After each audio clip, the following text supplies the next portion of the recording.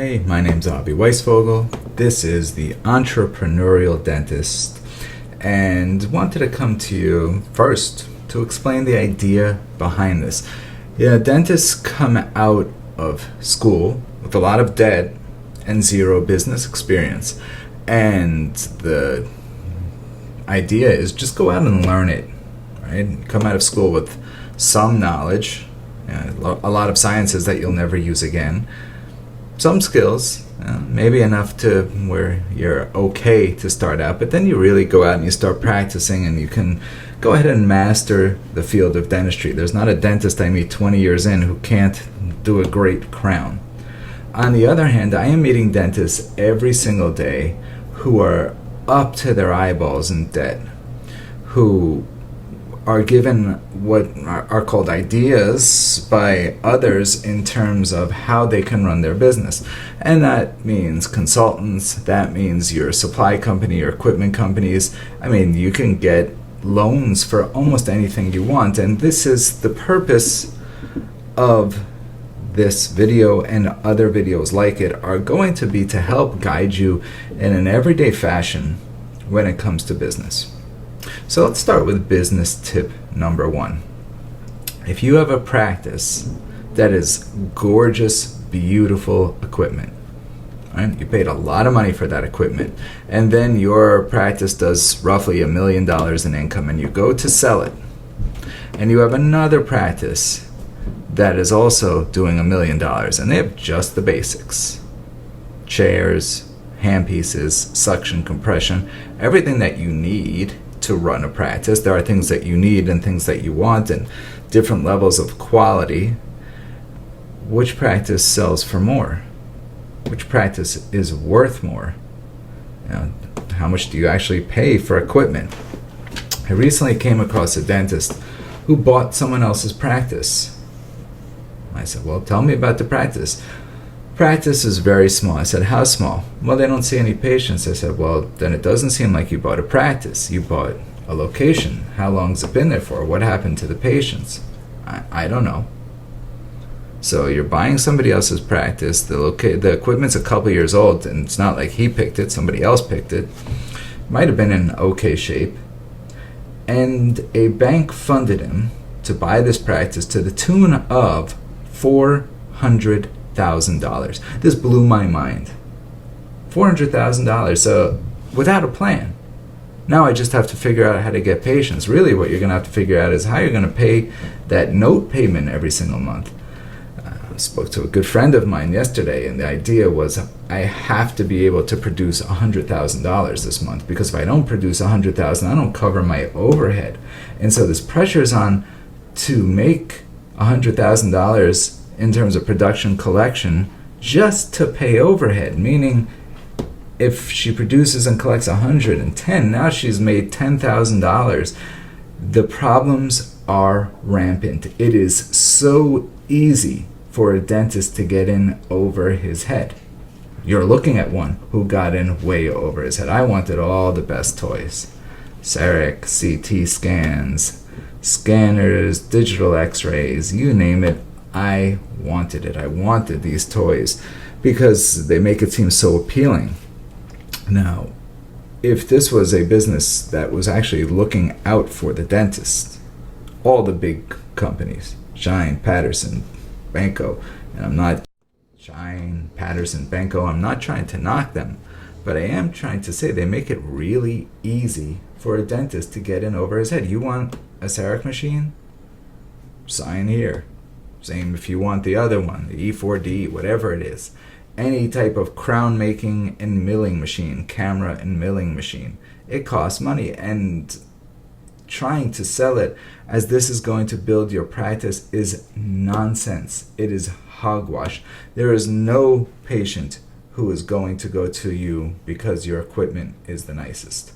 Go back to the original example. Which practice sells for more? The chances are they sell for exactly the same.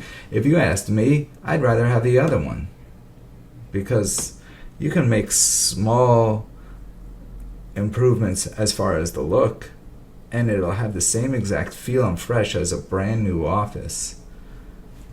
not have to buy or pay for all this equipment, and you'll go ahead and probably have more work to do on that practice's patients than you would on the other one.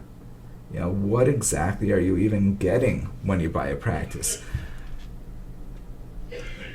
What is going on in dentistry, it has to stop.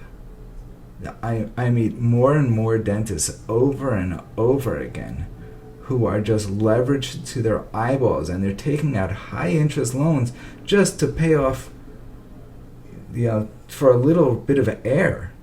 And then within 3, 4, 5 months after this high interest loan is out and you're paying that too, now you can't even breathe more. It's like we're tightening the chokehold on these poor dentists. So the idea is going to be a channel and or a concept to guide you through the world of business. There are tons of consultants out there. Yes, I consult in the world of sleep apnea. My company is called International Academy of Sleep. I work with a program called the Dental Sleep MBA, and it's with a specific thing that we use, which is a hugely profitable procedure, low overhead, that if you can, once you crack that nut and you get to the point where you can get as many patients as you want, and you learn how to properly get paid, you are sitting in the driver's seat. This is not a commercial for IAOS. This is going to be about the world of business. When I was a dentist, that's all of the numbers that you were geared to as well. If I produce this, I'll do that. And you know what? As you produce more, your costs go up as well. I kept thinking, well, if I could only attain this level, I'd be doing great, when in reality, I should have been looking on the opposite end. Rather than reaching a certain level of production, I should have been striving for reaching a lower overhead, getting myself to a lower overhead, finding ways to cut costs, and then continue to produce where I was. So this is funny because it's the opposite of the way most people are in the world, where it's, if I could only do more, I would get more. And this just does not ring true, certainly not in this world. Something has got to give here, guys. Too many dentists are selling out to corporations because they have no choice. Dentists whose practices are doing over $2 million, and we're lucky if they take home a couple $100,000. Too many dentists are just working for others because they can't cope or weren't taught the right business skills and the way to go ahead and run the business at a profit. This entire video series is going to lead you to more profits. There's no sale here. There's nothing we're looking to do. We're just looking to get out the word to help change this industry. I have seen it plummet in the past 20 years. Practice ownership has gone from 80%, where 80% of dentists were either owners or partners in a business, to less than 50%. And it's because of the way the industry is going, and because of how easy they make it for you to struggle, how easy they let you get in over your head. How is there not, there should be the same exact scrutiny for buying a CEREC machine as there is for buying a home, as there isn't going to get a mortgage. That level of scrutiny in the housing industry right now, try buying a house. It's not so easy. You have to go through so much, and the banks are going through incredible amounts of scrutiny just to make sure you're approved. Why? Because the mortgage industry, everyone remembers the big mortgage crisis, right, where the whole market collapsed. Anybody could get a loan for any type of house with no income verification. And yet dentists have exactly the same thing, and this industry is going down because of it. Something has to change. Subscribe to this channel, because every day there's going to be a different tip to help you succeed in the world of dentistry, to help you make profits in the world of dentistry. It's not too late, guys. There is a way out. So check this out. Hit the subscribe button. Let's get you guys profitable.